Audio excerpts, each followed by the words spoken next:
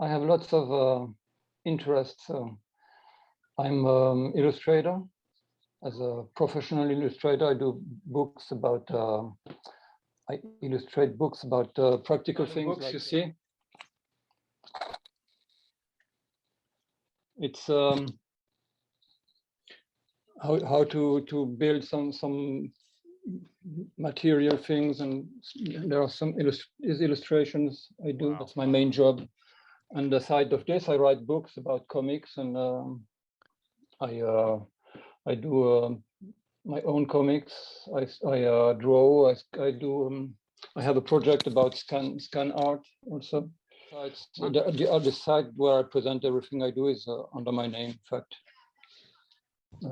it looks like that's a site I entertain since 15 years, I think, something like that. And I present a lot of people who do the same kind of art. That's you put flowers or everything, objects on your scanner, and you scan it directly. It's not photography. It's things you put on your on the top of your scanner, on the glass of your scanner. So it's a kind of very special because you don't have you have a very uniform light all over the pictures, and it's well, I have everything I did on this series is things I found in my garden. So there are insects, even a little rat you can see, and things that I found in the garden, and I put them on the glass of my scanner, and then afterwards I mixed the different elements and to create these weird pictures. Yeah, that's a long story.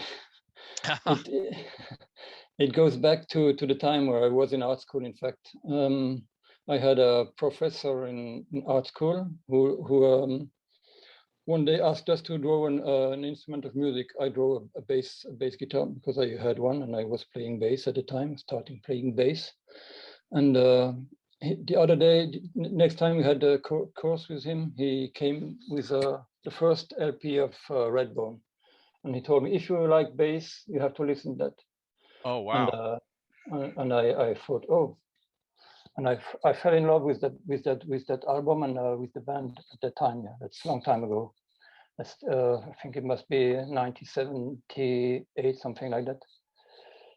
So it's been a long time, yeah. And at the time, you didn't find very much long LPs from the band in France because they had mainly hits, 4 or 5 hits, but in the early 70s, so to find albums, and it was really difficult.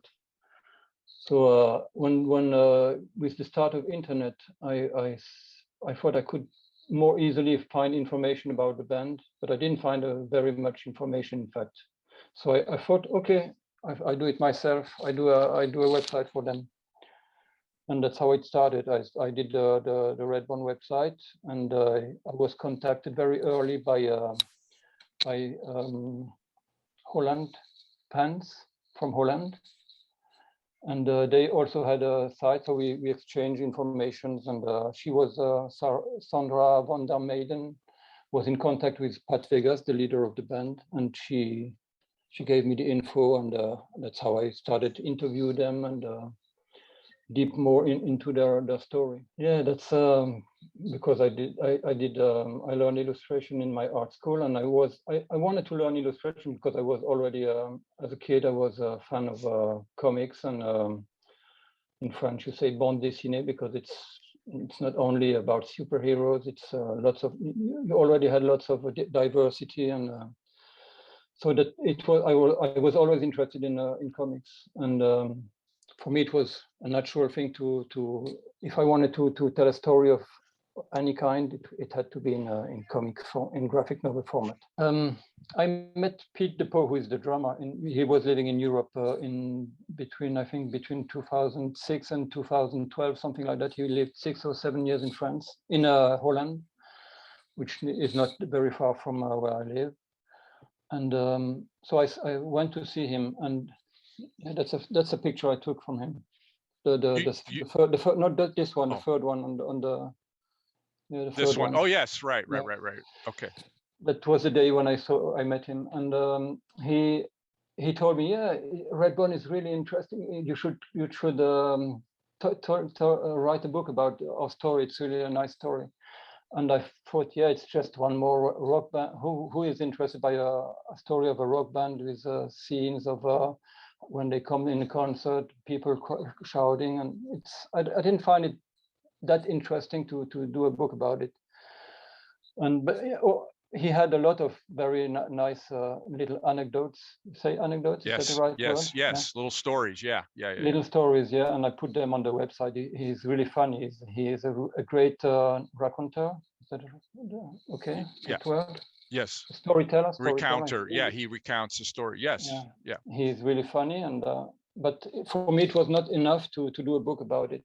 And then one day I heard he was taken from his parents to be taken in a boarding school devoted to natives. Yes. And so I thought, with that historical past, a story is more interesting. It's something other bands don't have. And then the fact that they are all Native Americans, and Pat and Lolly, his brother, they were involved in the American Indian movement. Yes. So that's lots of political and social things that were interesting to tell. So it's not only a story about a band, it's a story about Native Americans, in fact, in the second half of the 20th century. It's Pete DePoe. You could see that's Christian right here on the right, and there's Pete there. And Pete talked about that, how he had to go to the school and you were basically taught how not to be a Native American. You know, you're taught English and so on and so forth. And it was as you go back in history, it was even worse for his ancestors. And this is, I believe, a picture of his dad, who was he really was a chief. Pete's dad really was a chief. Yeah. The idea when I heard that Pete was taken from his parents and all this, I thought, I have to dig more into it. So I asked if Sandra, if she can give me the contact with Pat, which she did. And so I started writing and emails, and we first exchanged lots of emails. And then we had a lot. I did a lot of interviews through phone, which I used for the book. I had the idea very early to do the book, like Pat is telling it. It's telling the whole story of the band to his children. So I had it. So the thing takes place in today, if you want, and Pat is in a restaurant with his daughter and his son, and he tells them the story of Redbone.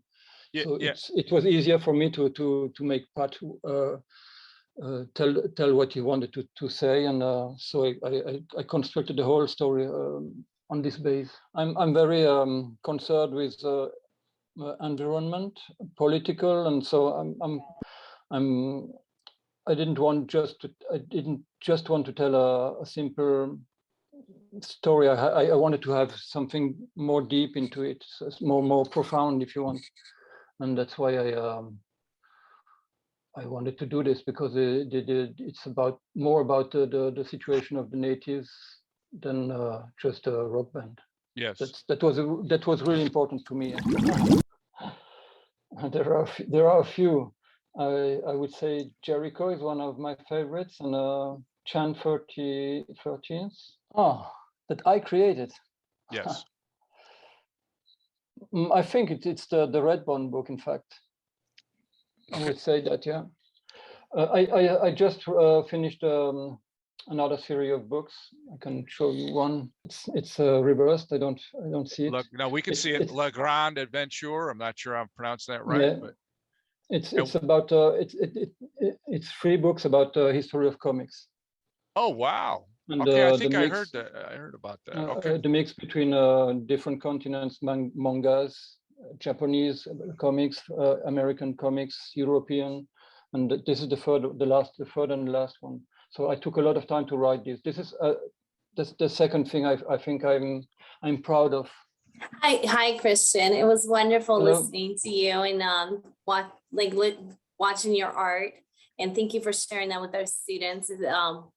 Mr. Hoffman does a really good job bringing speakers aboard, and we always love hearing the stories that are behind the beautiful art that is happening. So thank you for sharing that with our students. It's a pleasure. I'm very honored to be amongst you. So it's a great pleasure. I started illustrating professionally around 22, I think, for earning money. But I started as a kid. As anybody who is a illustrator, I think everybody who is illustrator will answer this. They started as kids. I started as a kid. I like to draw animals.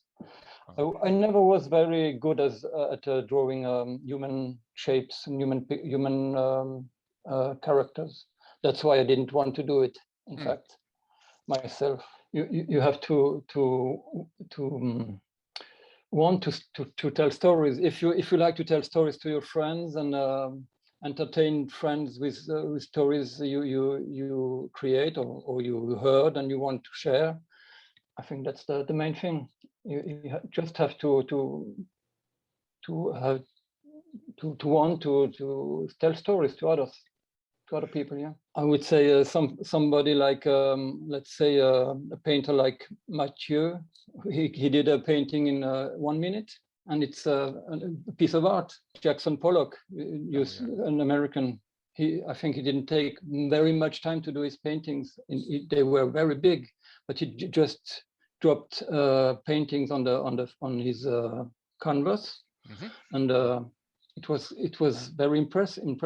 I think we took two years to do the Redbone book. So mainly, what touches me the most is the beauty of the nature, plants, animals, and what makes me angry is that all this is disappearing.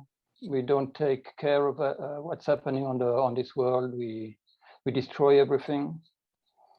Climate change, you heard about biodiversity. Is that the right word in English? Yeah. So that's all things that I feel very concerned with, and I'm in the process of writing a graphic novel about it. I would have liked to be able to meet Tony Bellamy, who was the guitar player, and but he died before I could meet him. I met his family and great people, but I didn't have the chance to meet Tony.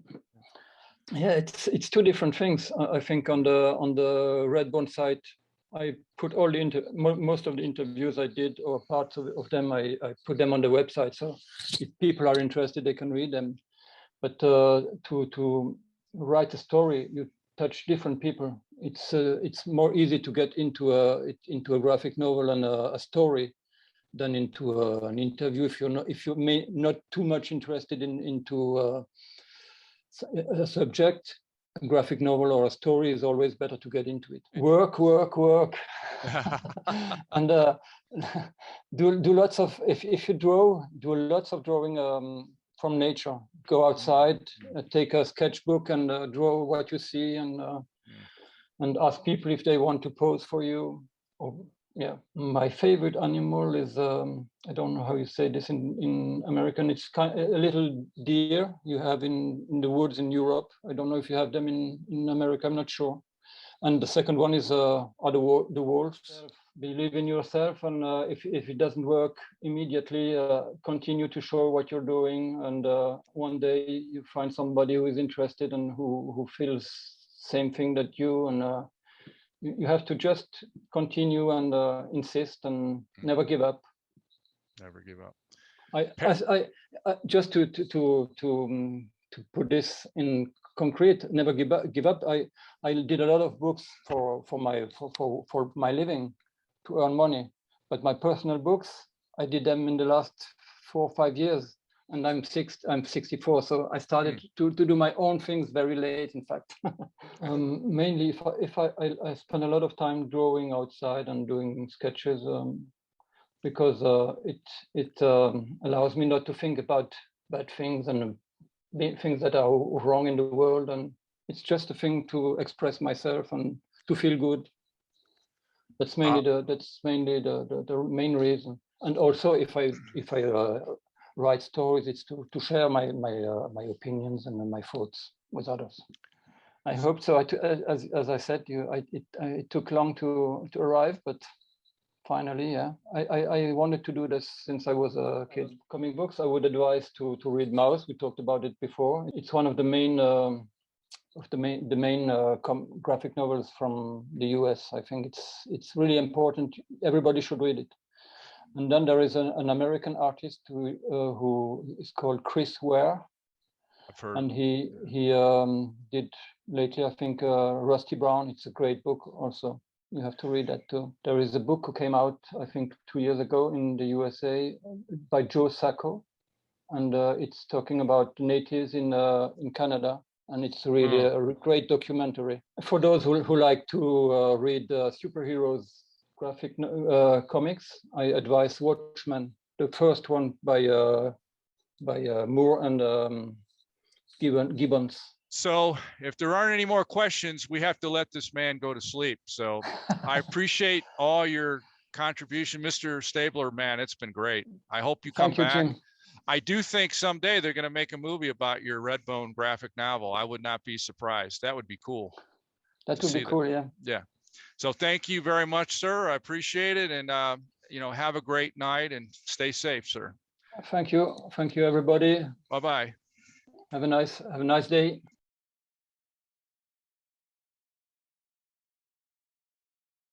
Hi, it's Shadow Ridge School, the best indie in the HD.